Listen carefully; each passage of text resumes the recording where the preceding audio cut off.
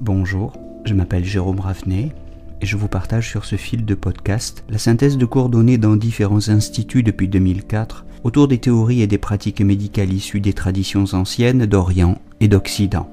Bienvenue sur Énergie Tradition Santé à tous ceux qui nous écoutent avec discernement.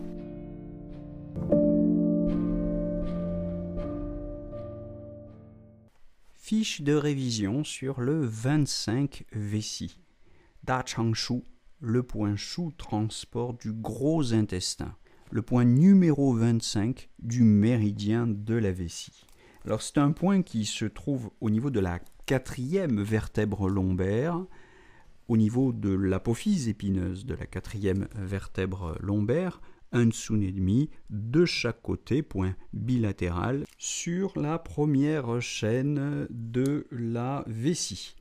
Alors, c'est le point Shu transport du gros intestin, le point Bei Shu, Shu dorsal, Shu transport, et en tant que tel, c'est un point de tonification pour toutes les pathologies de l'intestin. Alors, on peut accessoirement l'utiliser aussi pour les pathologies de type plénitude. On sait que le gros intestin souffre souvent de chaleur-humidité, mais c'est tout de même un point qu'on utilise plutôt pour les syndromes de vide. Et vous vous doutez évidemment que pour les plénitudes, le 25 estomac, le point mou du gros intestin, sera tout de même plus indiqué. Alors, il n'est pas rare, en vertu de la classique combinaison des points chauds et des points mous, d'utiliser le 25 vessie et le 25 estomac simultanément pour traiter les plénitudes du gros intestin. Bien, alors il y a une autre situation dans laquelle on utilise tout de même ce 25 vessie en dispersion, c'est le problème des douleurs. Douleurs lombaires, douleurs sacrées, douleurs coccygiennes, en association là avec le 3 Doumaï ou avec le 2 Doumaï, ou avec le 23 vessie également. Pour les douleurs lombaires, les douleurs dans cette zone, eh bien, ces points sont utilisés en synergie et en dispersion, puisqu'il s'agit de douleurs, que vous savez que toute douleur est une stagnation. En dispersant la stagnation, on calme les douleurs.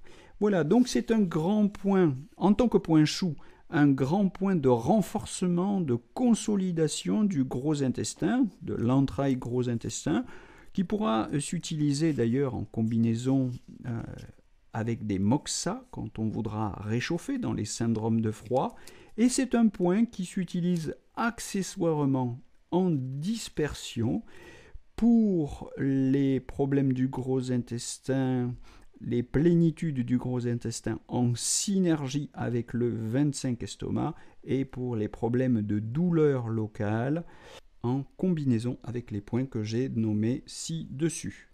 On peut donner une petite liste d'indications fondamentales qui reviennent souvent: diarrhée, dysenterie, constipation, selle sanglante, borborygme, flatulence, subocclusion intestinale, douleur abdominale, distension abdominale, hémorroïdes, prolapsus du rectum, lombalgie, sciatique, etc. On peut, avant de terminer, évoquer l'association du 25 vessie et du 37 estomac, qui est un bon exemple de la méthode de l'association des points Shu transport avec les points Xia-Re inférieurs, union inférieure. C'est une bonne combinaison pour disperser le gros intestin, spécialement dans les problèmes de constipation, puisque vous savez que c'est l'une des grandes vertus de ce 37 estomac. Par contre, si on est dans une situation de vide simple, sans constipation, disons que c'est plutôt au 36 estomac qu'il faudra combiner le 25 vessie. Ce vide des intestins peut provoquer des selles molles et plus que molles, c'est-à-dire des diarrhées.